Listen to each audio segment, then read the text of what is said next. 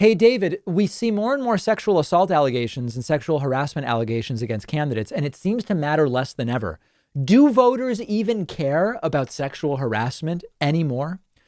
I think that this is an interesting question for a couple of different reasons. It does seem as though lately candidates and other prominent people get hit with allegations of sexual harassment or sexual assault.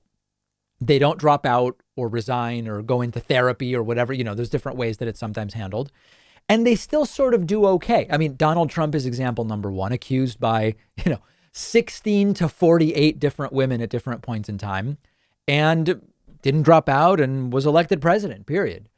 There was that special election in Alabama where Republican Roy Moore, who was accused of harassing underage women, lost by only a point and a half in 2017. Now, a Republican losing by 1.5 in Alabama is a big deal because it's such a red state, but it didn't completely knock him out of the running. If a couple things went a little differently, he still would have won. Andrew Cuomo, he has been accused of all sorts of improper touching and verbal comments by multiple women. He has said, at least for now, he's not going to resign, even if he's not cleared by the Attorney General report. He's made public appearances with other legislative leaders, some of whom called for him to resign, but about half of New Yorkers don't think he should resign. That includes 61% of Democrats. It's still currently under the investigation phase, but we've seen people resign during investigations before, and it's not clear it's having a major impact. Some of the COVID mishandling is, with the nursing home scandal we talked about previously, but he's just still kicking around. Matt Gaetz allegedly paid for sex from underage women for whom he paid to go from one state to another, which legally counts as sex trafficking.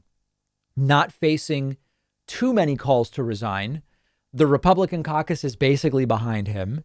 It's not clear whether it's going to affect him unless he's actually charged. And even then, we're going to wait and see. During the Brett Kavanaugh confirmation hearings to the Supreme Court, he maintained very high Republican support after Christine Blasey Ford testified. Brett Kavanaugh's approval from Republicans went up, even if I recall correctly.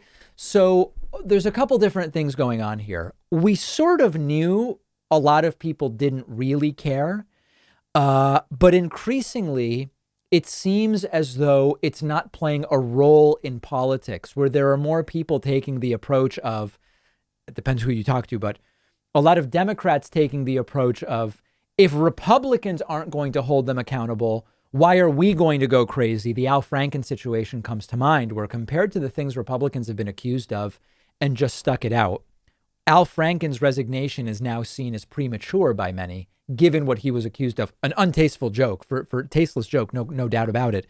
But comparatively, you've seen a lot of Democrats say, hey, let's not go crazy because they're not doing anything about these allegations on their side. I think Republican voters genuinely don't care. They have taken a sort of greater good mentality of, yeah, even if we're evangelical Christians, we'll still elect the guy with the multiple wives and the cheating and the divorce and the mistresses and whatever, because Democrats are just worse in general and they support abortion and whatever.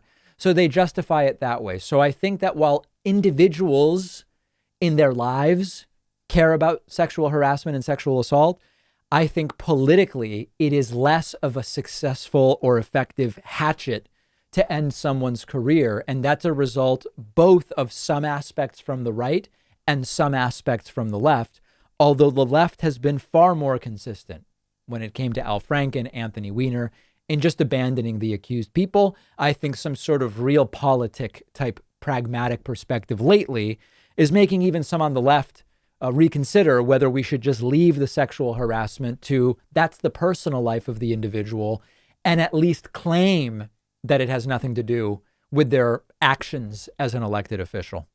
If you ever feel like you just don't have enough time to read all the books you want to read, you have to check out one of my favorite apps called Blinkist. Blinkist takes thousands of popular nonfiction books and distills each one down into an ebook or audiobook that you can get through in just 15 minutes, where you're getting all the key takeaways from the book.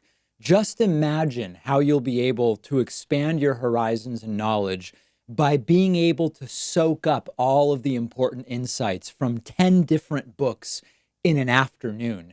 Obviously, it's perfect for exposing yourself to a new book you otherwise wouldn't have time for, or you can use it to revisit a book you've already read, or use it to preview a book before you buy the full version and read it. I recently read A Brief History of Time, of course, by the great Stephen Hawking. This is a book that I have been aware of for so long, and other things got in the way, and it was fantastic to check it out on Blinkist. Blinkist has books on politics, philosophy, science. They have 27 different nonfiction categories, and a subscription is only about $8 a month, and you get the entire library. But you can try it totally free and get 25% off a subscription when you go to Blinkist.com/Pakman. I've put the link right underneath this video.